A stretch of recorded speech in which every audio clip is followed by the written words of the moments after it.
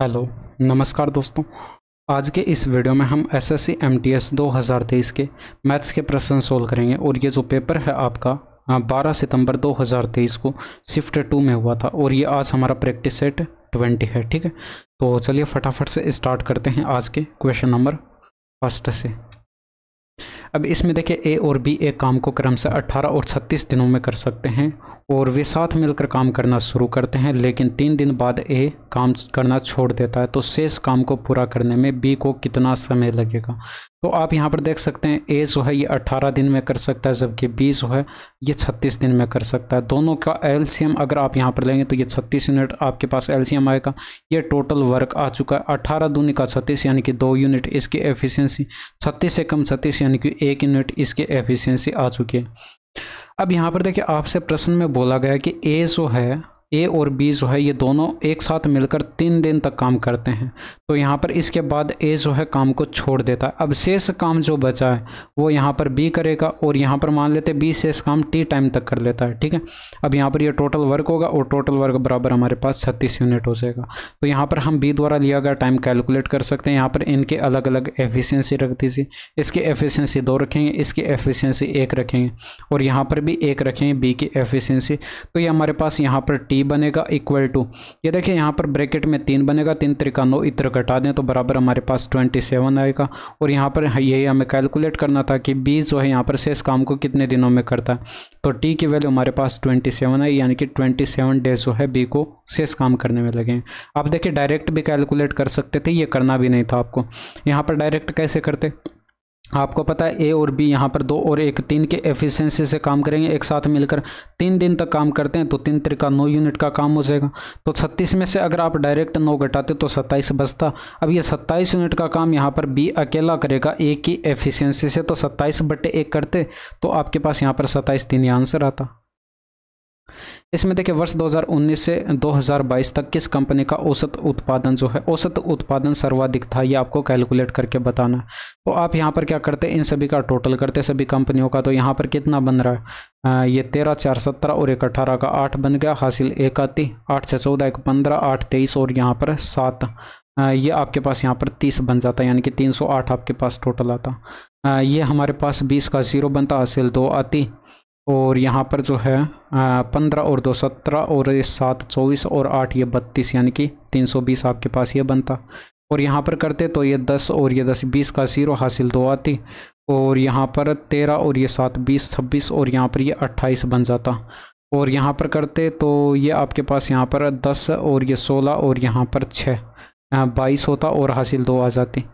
ये 13 15 और यहाँ पर 24 और ये 7 31 312 आपके पास यहाँ पर टोटल बनता।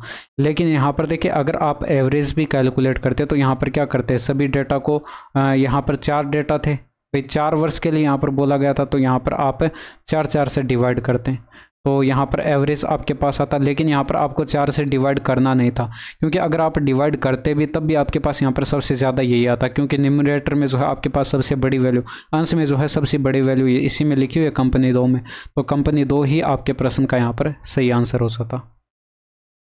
इसमें देखिए प्रतिदिन 6 घंटे काम करके 15 व्यक्ति एक निश्चित काम को 26 दिनों में पूरा कर सकते हैं। प्रतिदिन 10 घंटे काम करके 13 व्यक्ति उसी काम को कितने दिनों में पूरा करेंगे?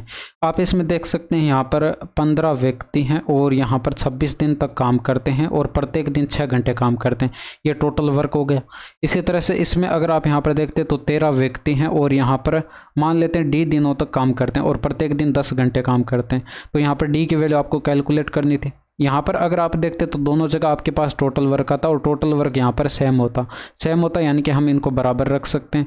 यहाँ से आप डी की वैल्यू कैलकुलेट कर सकते थे। 13 दूनी का 26 हो जाएगा, 5 से काटेंगे तो ये 3 बार कटेगा, 5 दूनी का 10 हो जाएगा, 2 से ये 2 कट जाएगा, ये देखिए 76 का 18, डी बराबर हमारे पास कितना आया 18 आया। यानी कि यहाँ पर जो आपके पास ये 13 व्यक्ति थे, ये अगर यहाँ पर 18 दिन काम करेंगे प्रत्येक दिन 10 घंटे, तो यहाँ पर जो काम था आपके पास वो पूरा कंप्लीट हो जाएगा। ठीक है, इसमें देखिए एक टैक्सी शहर पी से शहर क्यू तक 60 किलोमीटर पर आवर की औसत चाल से जाती है। वापसी की यात्रा में ट्रैफिक के कारण टैक्सी की औसत चाल में 20 किलोमीटर पर आवर की कमी आ जाती है। पूरी यात्रा के दौरान टैक्सी की औसत चाल कैलकुलेट करके बतानी है, यानी कि एवरेज स्पीड आपको बतानी है। तो फॉर्मूला मैंने देखिए आपको बता रखा है। यहाँ पर देखिए जितनी डिस्टेंस वो गया उतनी डिस्टेंस वापस आएगा, यानी कि डिस्टेंस यहाँ पर कवर की जा रही है वो सेम होगी जाने और आने की। तो यहाँ पर जाते वक्त तो इसकी स्पीड 60 बताई गई। फॉर्मूला कौन सा यूज़ करते हैं, 2ab बट्टे में a प्लस बी वाला। तो यहाँ पर एक स्पीड तो आपको 60 बताई गई, तो ये 60 रख देते हैं। लेकिन आते वक्त यहाँ पर क्या होता है कि 20 किलोमीटर पर आवर जो है स्पीड में कमी आ जाती है। पहले कितनी थी, 60 थी, अब 20 की कमी आई है। तो यहाँ पर आप 20 माइनस करते हैं, यानी कि आते वक्त स्पीड जो थी वो आपके पास 40 किलोमीटर पर आवर थी। तो ये आप यहाँ पर 40 रखते और यहाँ पर बट्टे के अंदर क्या हो जाता, 60 प्लस का 40 हो जाता। फॉर्मूला मैंने बता रखा है 2ab बट्टे में a प्लस बी वाला। तो यहाँ पर देखिए बट्टे में 100 बनता, 2 0 कट जाते, 6 चौके 24 दूनी का 48 किलोमीटर पर आवर में जो है आपके पास यहाँ पर ये एवरेज स्पीड आती। अब इसमें देखिए यहाँ पर वार्षिक दर से जो है 10% वार्षिक दर से 6 वर्ष का साधारण ब्याज कैलकुलेट करके बताना। प्रिंसिपल आपको यहाँ पर बताएगा। तो डायरेक्ट देखिए 10 सी के 60% का ब्याज मिलता और 8000 का 60% 4800, आपको डायरेक्ट आंसर दिखाई पड़ेगा। बट यहाँ पर PRT डिवाइडेड बाय 100 से अगर आप यहाँ पर कैलकुलेट करना चाहते हैं तो कैलकुलेट कर सकते हैं। प्रिंसिपल 8000 का बताएगा, रेट ऑफ इंटरेस्ट 10 और यहाँ पर टाइम जो है 6 वर्ष का, डिवाइड करते हैं 100 से। तो ये ब्याज कितने का आता, देखिए 2 0 से 2 0 कट जाते, 8 सी के 4800 आपके पास यहाँ पर ये ब्याज आ जाता। दो संख्याओं का गुणनफल आपको बताया गया। यदि इन संख्याओं का महत्तम समावर्तक 37 है तो बड़ी संख्या कौन सी है आपको कैलकुलेट करके बतानी। देखिए इसमें अगर मैं एक संख्या a मान लूँ और दूसरी संख्या यहाँ पर देखिए b मान लूँ, तो यहाँ पर इन दोनों का गुणनफल आपको बताएगा 4107। इसमें देखिए इन दोनों संख्याओं का हाईएस्ट कॉमन फैक्टर HCF जो है वो आपको यहाँ पर क्या बताया गया है, 37 है। यानी कि अगर मैं a और b के गुणनखंड करूँ तो यहाँ पर देखिए इसके गुणनखंड क्या होंगे, a का गुणनखंड किया तो यहाँ पर 37 इंटू में x, यहाँ पर x की जगह कुछ भी हो सकता है, ठीक है। और इसके बाद यहाँ पर b का गुणनखंड किया तो यहाँ पर भी 37 इंटू में ये आपके पास y हो जाएगा, ठीक है। अब यहाँ पर देखिए 37 क्यों आया इन दोनों के गुणनखंड में, क्योंकि यहाँ पर HCF आपको 37 बताया गया था। यानी कि इन दोनों संख्याओं में हाईएस्ट कॉमन फैक्टर 37 जो है वो यहाँ पर मौजूद है, क्योंकि HCF हाईएस्ट कॉमन फैक्टर आपको बता दिया गया प्रश्न में, ठीक है। तो अब यहाँ पर अगर इन दोनों की आपस में गुणा कराएं तो ये बराबर में आपके पास यहाँ पर 4107 होना चाहिए। अब यहाँ से देखिए 37 इंटू में 37 तो उधर चला जाता, बराबर की इस साइड हमारे पास x इंटू में y बचता और बराबर के उस साइड हमारे पास 4107 आता और बट्टे के अंदर जो है 37 इंटू में 37 आता। तो आप 37 से इसमें डिवाइड करते तो ये आपके पास यहाँ पर क्या बनता, देखिए 37 का भाग इसमें करते तो एक बार चला जाता, बच गया 4, फिर उतारते 0 एक बार चला जाता, फिर यहाँ पर 7 उतारते एक बार चला जाता, 3 बचता, 37 बचता यानी कि एक बार चला जाता। और 37 का देखिए 3 गुणा 111 हो जाएगा, यानी कि x इंटू में y बराबर हमारे पास कितना आया, 3 आया। तो x इंटू में y बराबर 3 है, तो क्या क्या पॉसिबिलिटी हो सकती हैं, चाहे तो आप x की जगह 1 रख लें और y की जगह 3 रख लें, या फिर आप यहाँ पर रख सकते हैं x की जगह 3 और y की जगह 1।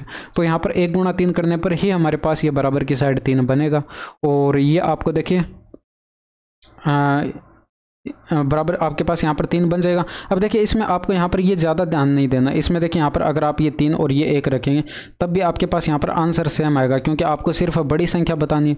अब बड़ी संख्या आप कैसे भी बता सकते हैं।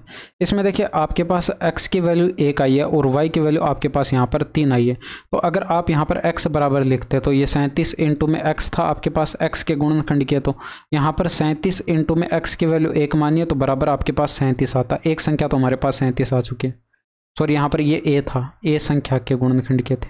और इसके बाद यहाँ पर ये b संख्या की अगर हम बात करें तो ये 37 इंटू में y थे इसके गुणनखंड, और y की वैल्यू हम 3 मानिए हमने यहाँ पर, तो ये 37 इंटू में 3 करते तो 37 का 3 गुणा 111 हो जाता। यानी कि एक संख्या तो आपके पास 37 थी और दूसरी संख्या 111 थी। आप इन दोनों को गुणा करा के देखिए बराबर की साइड आपके पास 4107 ही बनेगा। अब आपको तो यहाँ पर सबसे बड़ी संख्या बतानी थी तो सबसे बड़ी संख्या 111 आंसर लगा देते। इसमें देखिए यदि एक ठोस गोले का व्यास आपको बताएगा तो गोले का पृष्ठीय क्षेत्रफल कितना होगा। तो इसमें देखिए यहाँ पर अगर पृष्ठीय क्षेत्रफल कैलकुलेट करते हैं तो 4πr² करते हैं, पाई की वैल्यू 22/7। यहाँ पर आपको व्यास बताया गया तो त्रिज्या आपके पास यहाँ पर क्या हो जाती है, आधी हो जाती है, यानी कि 21 सेंटीमीटर हो जाती है। तो 21 इंटू में 21 करते तो ये 7 त्रिका 21 हो जाता, और ये करते तो 4 दूनी का 8 त्रिका 24, यानी कि यूनिट डिजिट जो है वो आपके पास यहाँ पर 4 आता। और यूनिट डिजिट देखिए आपके पास यहाँ पर 2 ऑप्शन में आपको 4 दिखाई पड़ रहा है, लेकिन यहाँ पर देखिए ध्यान करते तो इसमें देखिए यहाँ पर 22 आ रहा है वाई सारे इसके अंदर 11 मौजूद है। अब 11 मौजूद है तो हमारा आंसर जो है वो 11 से डिवाइड होना चाहिए। तो इसमें चेक करते तो यहाँ पर 5 4 9 और 5 4 9 यानी कि डिफरेंस हमारे पास 0 आ गया। ये ऑप्शन हमारा 11 से डिवाइड है। इसमें करते तो यहाँ पर ये 10 और यहाँ पर ये 12 डिफरेंस करते तो हमारे पास 2 का आता, ये 11 से डिवाइड नहीं है। तो ऑप्शन नंबर फर्स्ट आपके पास आंसर आ चुका है। इसमें देखिए स्कूल ए और बी में जो है छात्रों की संख्या का अनुपात आपको बताएगा 5:8 है। यदि स्कूल ए और बी में छात्रों की संख्या में क्रमशः 20% और 15% की वृद्धि हो जाती है तो स्कूल क्रमशः ए और बी में जो है छात्रों का नया अनुपात आपको कैलकुलेट करके बताना। तो यहाँ पर ए और बी का अगर आप यहाँ पर रेशियो लिखें, मतलब पहले आपको कितना दे रखा था 5:, इनको थोड़ा सा दूर दूर लिख लीजिए, 5:8 दे रखा था, ठीक है। अब यहाँ पर देखिए 20% स्कूल ए में जो है छात्रों की संख्या में 20% का इंक्रीमेंट हुआ। 20% की फ्रैक्शन वैल्यू 1/5 होती है, यानी कि 5 पर 1 का इंक्रीमेंट हुआ। तो आप इसका 6/5 कैलकुलेट करेंगे, ठीक है। इसी तरह से स्कूल बी की अगर बात करें तो 15% का इंक्रीमेंट हुआ, इसकी फ्रैक्शन वैल्यू 3/20 यानी कि 20 पर 3 का इंक्रीमेंट हुआ। तो आप इसका 23/20 कैलकुलेट करते, ठीक है। अब यहाँ पर कैलकुलेशन कर लीजिए भाई। आप यहाँ पर देखिए 5 से काटते तो 500 के 20 4 बार कटता और 4 से ये 8 कट जाता 2 बार, 2 से ये 6 कट जाता 3 बार और ये 5 3 15 आ जाता और यहाँ पर ये 23 आ जाता। तो 15:23 जो है अब आपके पास ये नया अनुपात आएगा। 15 व्यक्तियों के रहने के लिए एक शंक्वाकार तंबू बनाया जाता है। प्रत्येक व्यक्ति के पास ज़मीन पर जो है 5 वर्ग मीटर जगह है, यानी कि जो शंकु का निचला भाग वर्ताकार भाग जो है, ये ज़मीन पर जो भाग है वर्ताकार भाग, इसका क्षेत्रफल आपको यहाँ पर बता दिया गया है कितना, 5 वर्ग मीटर। तो और सांस लेने के लिए हवा जो है, सांस लेने के लिए जो है 30 घन मीटर हवा होगी, यानी कि इसके अंदर जो है आपके पास यहाँ पर ये हवा रही होगी। तो वो हवा इसके वॉल्यूम में, यहाँ पर तंबू के वॉल्यूम में फैली होगी। तो यानी कि एक तरह से आपको यहाँ पर शंकु का वॉल्यूम बता दिया गया 30 घन मीटर है। तो शंक्वाकार तंबू की ऊंचाई यानी कि हाइट आपको ये कैलकुलेट करके बतानी, इसकी ऊंचाई हाइट क्या होगी, ठीक है। तो इसमें आप यहाँ पर क्या करेंगे, देखिए शंकु का आयतन क्या होता है 1/3 पाई आर स्क्वायर एच होता है, 1/3 और ये पाई की जगह आप चलिए इसको यहाँ पर पाई आर स्क्वायर और इंटू में एच, ये आपके पास हाइट होती है और यहाँ पर बराबर जो है ये शंकु का आयतन 30 बताया गया घन मीटर में, ठीक है। एक चीज़ आप यहाँ पर देख सकते हैं, इसमें जो आपके पास यहाँ पर ये है पाई आर स्क्वायर, ये इसके आधार का यहाँ पर क्षेत्रफल है, इसके आधार का यहाँ पर क्षेत्रफल होगा और आधार का क्षेत्रफल आपको यहाँ पर प्रश्न में 5 बताया गया। तो आप यहाँ पर 5 रखते तो 5 6 30 होता और ये 3 इधर आकर गुणा हो जाता। तो h बराबर आपके पास 6 का 18 डायरेक्ट आप कैलकुलेट कर सकते थे। तो यहाँ पर हाइट आपके पास 18 सेंटीमीटर में जो है आ चुकी है। सॉरी, यहाँ पर डाटा मीटर में था तो यहाँ पर ये मीटर में आएगी, 18 मीटर में जो है ये आपके पास हाइट आ चुकी है। इसमें देखिए एक राजमार्ग पर 2 स्थान ए और बी एक दूसरे से 60 किलोमीटर की दूरी पर है। एक कार ए से और यहाँ पर दूसरी कार बी से एक ही समय पर चलना शुरू करती हैं। यदि वे एक ही दिशा में चलती हैं तो वे 6 घंटे में एक दूसरे से मिलती हैं, और यदि एक दूसरे की ओर विपरीत दिशा में चलती हैं तो 1 घंटे 30 मिनट में मिलती हैं। तो कारों की चाल आपको कैलकुलेट करके बतानी, यानी कि आप यहाँ पर देखते दोनों बिंदुओं के बीच की दूरी 60 किलोमीटर की डिस्टेंस कवर होती। अब दोनों कारें अगर एक ही दिशा में चलती, दोनों कारों की आप स्पीड x और y मान लेते, ठीक है, अलग अलग। अब यहाँ पर दोनों कारें अगर एक ही दिशा में चलती तो यहाँ पर रिलेटिव स्पीड आप डिफरेंस करके कैलकुलेट करते हैं, यानी कि x माइनस वाई की स्पीड से 60 किलोमीटर की डिस्टेंस कवर होती। और ये टाइम जो है ये आपको प्रश्न में बताया गया 6 घंटे का, तो बराबर 6 कर देते। इसी तरह से दूसरी कंडीशन में देखिए, यहाँ पर डिस्टेंस है 60 किलोमीटर दोनों बिंदुओं के बीच की दूरी। अब यहाँ पर जो है ये दोनों एक दूसरे के विपरीत दिशा में चलती हैं, विपरीत दिशा में चलती हैं तो रिलेटिव स्पीड हम प्लस करके कैलकुलेट करते हैं। तो दोनों कारों की स्पीड आप यहाँ पर प्लस कर देते तो और इसमें डिवाइड करते तो टाइम आता, और टाइम आपको 1.5 घंटे बताएगा। 1.5 घंटे को आप 1.5 आवर ऐसे लिख सकते हैं, ठीक है। तो कैलकुलेट कर लीजिए, यहाँ से आपके पास x माइनस वाई बराबर क्या आ जाएगा, x माइनस वाई बराबर 10 आ जाएगा। भैया आप 6 से काटते तो ये 10 आ जाता और ये 1 आ जाता, इसके इधर गुणा कराते तो x माइनस वाई बराबर 10 आ जाता। इसके बाद यहाँ पर आप देख सकते हैं, इसमें आप यहाँ पर इसको इधर भेज देते, इसके इधर लाकर डिवाइड कर देते तो यहाँ से आपके पास x प्लस का y आ जाता, और x प्लस वाई बराबर 60 में अगर आप 1.5 का डिवाइड करते तो ये 40 आपके पास आ जाता। x प्लस वाई बराबर 40 है, x माइनस वाई बराबर 10 है। तो आप यहाँ पर x और y की वैल्यू कैलकुलेट कर सकते हैं। तो यहाँ पर 40 और प्लस का 10 करते तो बट्टे के अंदर 2 करते तो ये आपके पास x की वैल्यू आ जाती 25। वाई बराबर कैलकुलेट करते तो यहाँ पर 40 माइनस का 10 करना था और बट्टे 2 करते तो यहाँ पर ये 15 आपके पास यहाँ पर किलोमीटर पर आवर में दोनों कारों की स्पीड आ जाती। एक पुलिसकर्मी एक चोर को 249 मीटर की दूरी से देखता है। जब पुलिसकर्मी चोर का पीछा करना शुरू करता है तो चोर भी भागने लगता है, यह मानते हुए कि चोर की चाल 4 मीटर प्रति सेकंड है और पुलिसकर्मी की चाल 7 मीटर प्रति सेकंड है। पुलिसकर्मी द्वारा पकड़े जाने से पहले चोर कितनी दूरी तय कर चुका होगा। इसमें देखिए यहाँ पर दोनों के बीच की दूरी जो 249 मीटर की है वो इन दोनों की रिलेटिव स्पीड से कवर होगी और रिलेटिव स्पीड इन दोनों का डिफरेंस करके कैलकुलेट करेंगे, क्योंकि यहाँ पर एक ही डायरेक्शन में ये दौड़ रहे हैं। तो यहाँ पर रिलेटिव स्पीड जो है ये आपके पास कितनी हो जाएगी, 3 किलोमीटर पर आवर 3 मीटर प्रति सेकंड रिलेटिव स्पीड हो जाएगी। तो आप इसमें 3 का डिवाइड करते तो ये टाइम आ जाता और ये टाइम आता चोर के पकड़े जाने का। तो 8 तिरिका 24, 3 तिरिका 9, 83 सेकंड का आपके पास यहाँ पर टाइम आ जाता। तो चोर द्वारा जो है तय की गई डिस्टेंस आपके पास क्या हो जाएगी, चोर द्वारा जो है 4 मीटर प्रति सेकंड से पकड़े जाने में 83 सेकंड लग रहा था। तो आप स्पीड इनटू में टाइम करते तो चोर द्वारा जो है पकड़े जाने तक तय की गई दूरी आ जाती, 4 तिरिका 12 आ जाता, 8 चौके 32 और 1 33, 332 मीटर की दूरी कवर की होगी चोर ने। ठीक है, एक बैंक में अपनी जमा राशियों पर अर्धवार्षिक रूप से संयोजित 5% वार्षिक का चक्रवर्ती ब्याज देता है। ठीक है, अगर अर्धवार्षिक की बात करें तो इसका आधा हो जाएगी, यानी कि 5/2% हो जाएगी। यह मैं यहाँ पर लिख देता हूँ, 5/2% हो जाएगी। ठीक है, अब यहाँ पर एक ग्राहक किसी वर्ष की 1 जनवरी और 1 जुलाई को प्रत्येक 2400 की धनराशियाँ जमा करता है तो वर्ष के अंत में उसे प्राप्त होने वाली धनराशि कैलकुलेट करनी। अब देखिए 1 जनवरी को इसने 2400 जमा किया तो यहाँ पर जून महीने के एंड तक यानी कि 1 जुलाई के स्टार्टिंग तक जून महीने तक जो है इसका 6 महीने कंप्लीट हो चुका है और 6 महीने का ब्याज 5/2% कैलकुलेट करेंगे। तो यहाँ पर 2400 का अगर आप 5/2% कैलकुलेट करें परसेंटेज के लिए यहाँ पर बट्टे में 100 आएगा, 2 0 से 2 0 कट जाएंगे। ये देखिए 12 दूनी का 24, 12 पंचे 60 आपके पास यहाँ पर ब्याज मिला होगा 60 रुपये का। अब 60 रुपये का ब्याज मिला है तो राशि क्या हो जाएगी भाई, 2400 में आप ये 60 ऐड करेंगे, 2400 प्लस 60 ऐड करेंगे तो ये आपके पास यहाँ पर 2460 की राशि हो जाएगी। इसके बाद यहाँ पर 1 जुलाई को जो है इसने 2400 और ऐड किए तो ये 2400 और ऐड किए। अब आपके पास यहाँ पर बैंक में कुल राशि कितनी हो जाएगी, जमा राशि आपके पास कितनी हो जाएगी, 4860 हो जाएगी। यानी कि अब जो हमारे पास अगले 6 महीने के लिए दिसंबर तक यानी कि 1 वर्ष के अंत तक आपको कैलकुलेट करना था तो दिसंबर तक यहाँ पर 2.5% का फिर से ब्याज लगेगा। अब हमारे पास राशि 4860 और इसका 2.5% कैलकुलेट करें यानी कि 5/2% कैलकुलेट करें तो परसेंटेज के लिए बट्टे में 100 लगाएंगे और यहाँ पर देखिए 1 0 से 1 0 कट जाएगा, 5 से कटेगा तो 5 दूनी का 10, बट्टे में 4 बनेगा, 4 का इसमें डिवाइड करेंगे, 4 एकम 4, 4 दूनी का 8, 4 एकम 4 और फिर यहाँ पर 0.5 के 20 हो जाएगा, 121.5 रुपये का यहाँ पर ब्याज मिलेगा।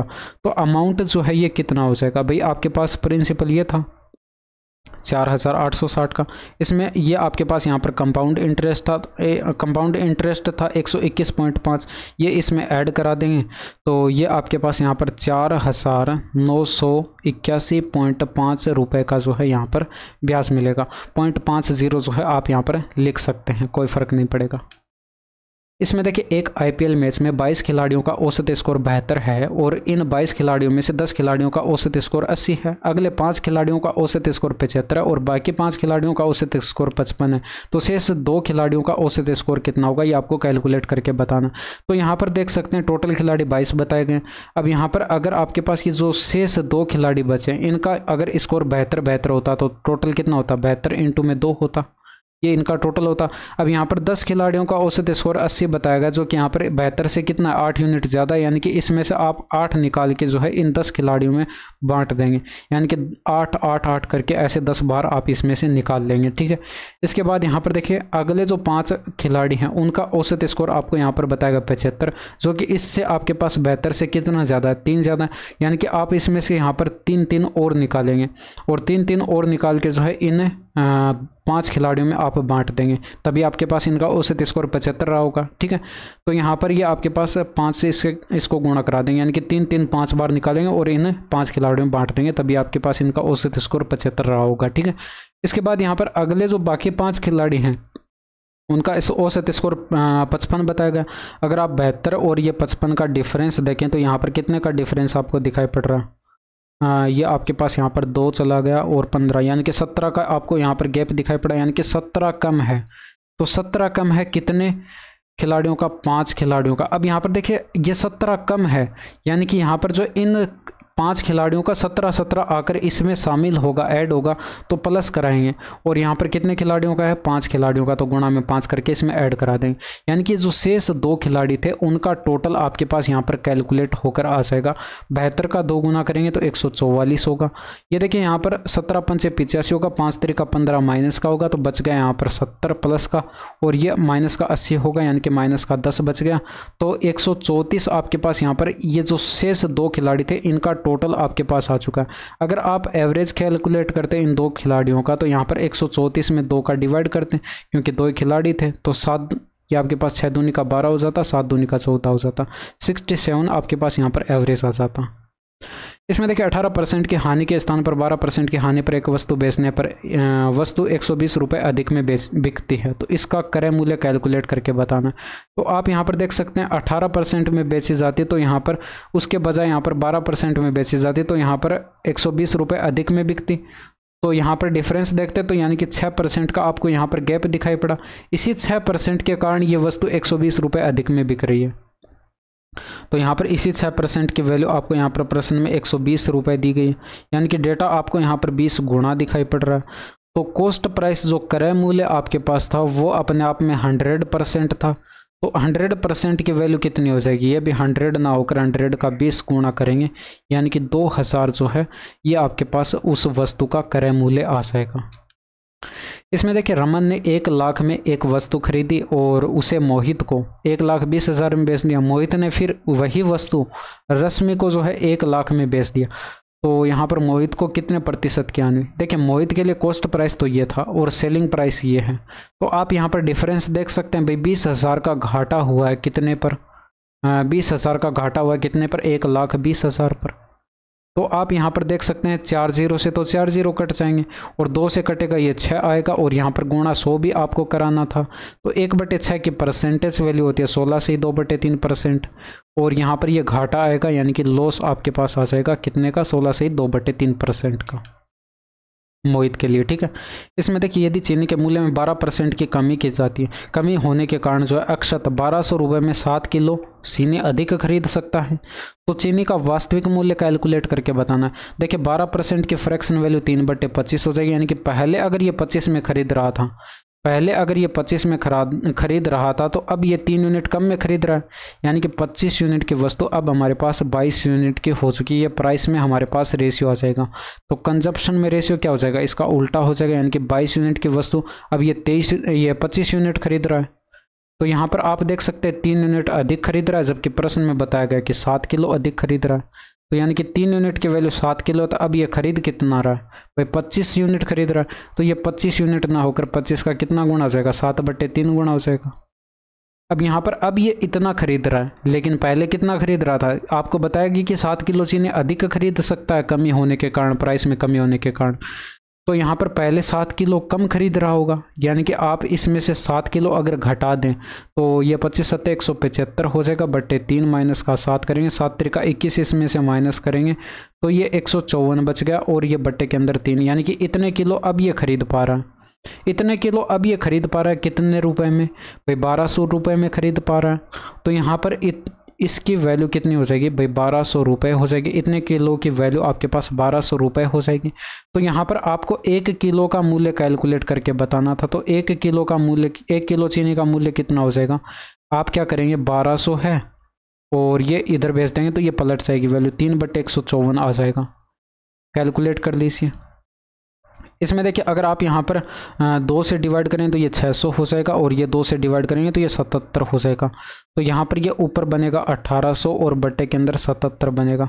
अब देखिए यहाँ पर 2 बार तो भाग जाएगा ही जाएगा, क्योंकि ऑप्शन में आपको यहाँ पर सभी जगह 2 दे रखा है। ठीक है, इसके बाद यहाँ पर बचता कितना? 154 होता 77 का 2 गुना, 26 आपके पास बच जाता, उतारते 0। इसके बाद यहाँ पर देखिए इसमें 700 के 28 यानी कि 4 बार तो जाएगा नहीं, 3 बार भाग जाएगा। और 23 देखिए आपको एक ही ऑप्शन में दिखाई पड़ रहा है, तो 23.38 ये आपके पास यहाँ पर रुपए में जो है आंसर आ जाता है। 1 किलो चीनी का मूल्य पहले ये था, ठीक है। तो थोड़ा सा कैलकुलेटिव आप इस प्रश्न को बोल सकते हैं। अब इसमें देखिए संदीप एक दुकान तक 500 मीटर की दूरी 175 सेकंड में तय करता है, फिर वह एक दूसरी दुकान तक 400 मीटर की दूरी 125 सेकंड में तय करता है। उसकी औसत चाल एवरेज स्पीड कैलकुलेट करके बतानी। तो यहाँ पर एवरेज स्पीड क्या हो जाएगी, total distance upon total time. तो टोटल डिस्टेंस यहाँ पर 900 मीटर की है, बटे के अंदर टोटल टाइम देखिए 175 और 125, टोटल 300 सेकंड हो जाएगा। तो यहाँ पर 3 मीटर प्रति सेकंड में जो है ये आपके पास एवरेज स्पीड आ जाएगी संदीप की। अब इसमें देखिए y varies directly as x+3 और and y equal to 8 when x equal to 1, x varies inversely as z and x equal to 2 when z equal to 6। Find the relation between y and z, यानी कि आपको यहाँ पर y और z के अंदर जो है रिलेशन रिलेशन जो है वो फाइंड आउट करके बताना है। तो आप यहाँ पर देख सकते हैं इसका मतलब क्या हो जाएगा, y varies directly as x+3। इसका मतलब क्या हो जाएगा कि y जो है यहाँ पर डायरेक्टली प्रोपोर्शनल है किसके, समानुपाती के, समानुपाती है किसके, x+3 के। तो y यहाँ पर डायरेक्टली समानुपाती बता दिया गया किसके, x+3 के। तो यहाँ पर अगर आप समानुपाती का निशान हटाते तो y बराबर आपके पास k एक नियतांक आता और x+ का 3 आ जाता, ठीक है।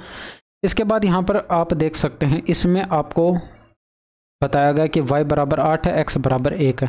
तो y बराबर अगर आप यहाँ पर 8 रखते और x की जगह 1 रखते, इसकी जगह आप यहाँ पर 8 रखते और x की जगह, चलिए मैं यहाँ पर लिख देता हूँ, ये k इंटू में x की जगह 1 रखते प्लस का 3, तो ये 4 बनता, 4 दूनी का 8 आता है। तो k बराबर आपके पास यहाँ पर 2 आ जाता, k की वैल्यू आपके पास 2 आ जाती।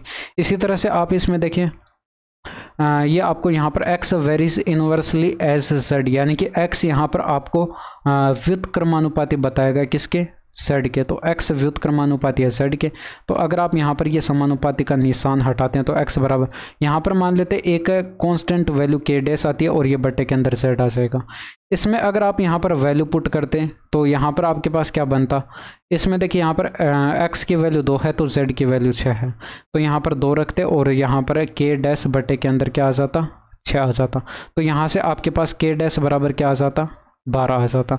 तो k डैश की जगह अगर आप यहाँ पर 12 रखते हैं तो ये आपके पास यहाँ पर क्या बन जाता, x बराबर ये 12/z बन जाता। अब आपको तो यहाँ पर y और z के पदों में कैलकुलेट करना था, तो आप इस इक्वेशन में देखिए यहाँ पर x की वैल्यू 12/z रख दीजिए। तो x की जगह अगर आप यहाँ पर 12/z रखेंगे और y की वैल्यू आपको y और z की वैल्यू यहाँ पर रखनी नहीं है, k की वैल्यू आप यहाँ पर 2 रखते ब्रैकेट के अंदर, ये 12/z आ जाता प्लस का 3 आ जाता। अब यहाँ से सोल्व कर देते, 2 इधर बट्टे में आ जाता तो y/2 आ गया, ये 3 देखिए इधर आता तो ये माइनस में आ जाता, ये बराबर की साइड हमारे पास 12/z बच जाता। पूरी इक्वेशन को अगर हम 2 से गुणा करा दे तो ये बट्टे में से 2 यहाँ पर कट जाता, 2 कट जाता तो यहाँ पर ये y आ जाता, माइनस का 3 दूनी का 6 हो जाता, बराबर की साइड 12 दूनी का 24/z आ जाता। अब इसको सिंप्लीफाई करते तो हम पूरी इक्वेशन को ये देखिए z इधर गुणा करा देते हैं तो यहाँ पर ये z इधर आ जाएगा, y-6 के गुणा में हमारे पास z आ जाएगा, बराबर की साइड हमारे पास 24 आ जाएगा। और यही आपको कैलकुलेट करना था, ठीक है। इसमें देखिए यहाँ पर आपको इसका मान कैलकुलेट करके बताना है, तो आप सबसे पहले डिवाइड करते हैं तो यहाँ पर ये इससे कट गया, 1/5 इंटू में 1/5 1/25 आ गया और बट्टे के अंदर ये देखिए 1/9 प्लस 1/81 बनेगा, 1/9 प्लस का 1/81, तो यहाँ पर ये आपके पास 9 प्लस का 1/81 बनेगा। तो यहाँ पर ये 10/81 आपके पास बन जाएगा, 10/81 आप यहाँ पर लिख लेंगे और इसके गुणा में है 1/10। तो यहाँ पर 10 से 10 कट गया और ये प्लस के अंदर ये देखिए 25 में से 6 घटाएंगे तो ये 19 बच गया बट्टे 25, ठीक है। 81 ऊपर गुणा में चला जाएगा तो 81/25 आ जाएगा और ये प्लस के अंदर जो है 19/25 आ जाएगा। अब यहाँ पर ऐड करेंगे तो ऊपर देखिए आपके पास यहाँ पर 100 बनेगा, बट्टे के अंदर 25 आ जाएगा, तो 4 जो है ये आपके प्रश्न का यहाँ पर करेक्ट आंसर हो जाएगा। अब इसमें देखिए 2004 की तुलना में जो है 2009 में सभी कॉस्मेटिक उत्पादों की मिलाकर औसत बिक्री में प्रतिशत वृद्धि कितनी है, ये आपको कैलकुलेट करना। तो 2004 और 2009 का जो है आपको टोटल करना पड़ेगा और यहाँ पर डेटा मैंने लिख दिए हैं। ये देखिए अगर आप यहाँ पर टोटल करेंगे 2004 का तो ये आपके पास यहाँ पर 90 और ये 90 180 हो गया और ये 80 260 हो गया और ये 65, 325 हो गया। ठीक है, आसान है भाई। यहाँ पर 2004 का हमने टोटल किया, 325 आया। अब यहाँ पर देखिए एवरेज आपको कैलकुलेट करना था, तो यहाँ पर टोटल डेटा कितने थे, 5 डेटा थे, तो आप इसमें 5 का डिवाइड भी करते, लेकिन 5 का आपको यहाँ पर डिवाइड करना है नहीं, अभी आपको आगे समझ में आएगा। इसमें देखिए 2009 का आप यहाँ पर टोटल करिए, 2009 का आप यहाँ पर देखते तो ये आपके पास यहाँ पर 75, देखिए इसमें 95 में ऐड कराते 170 बनता, 170 और 80 250 बनता, और 250 और 75 325 बनता, और 325 में 8 ऐड करते तो 333 और यहाँ पर 90, 333 और 90 423 आपके पास टोटल बनता। इसको भी 5 से डिवाइड करते एवरेज कैलकुलेट करने के लिए। अब यहाँ पर 5 से तो दोनों ही डेटा डिवाइड हो रहे हैं, और आपको यहाँ पर जो है कंपेयर कराना था, वे परसेंटेज के लिए कंपेयर कराना था, तो आप इसको 5 से डिवाइड नहीं करते, डायरेक्ट ऊपर देख लीजिए, इनको कंपेयर करा लीजिए। तो 100 से यहाँ पर 2 कम, यानी कि 98 का आपको यहाँ पर इनका डिफरेंस दिखाई पड़ा, यानी कि 98 यूनिट ये ज़्यादा लिखा हुआ है। तो आप देख सकते हैं 98 ये ज़्यादा है किससे, 325 से, और गुणा 100 करेंगे तो 25 से कटेगा, 25 से कम 25, 25 3 75, 25 100 के 100।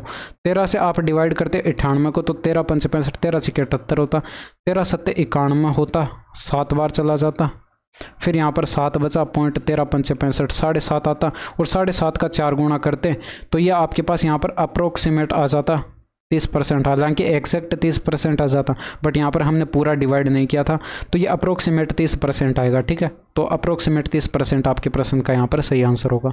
तो ये थे आपके पूरे 20 प्रश्न, और यहाँ तक की वीडियो कैसी लगी कमेंट करके ज़रूर बताएगा। बाकी मिलते हैं आपसे नेक्स्ट वीडियो में। That's all for today. Thank you, धन्यवाद, बाय बाय, टेक केयर।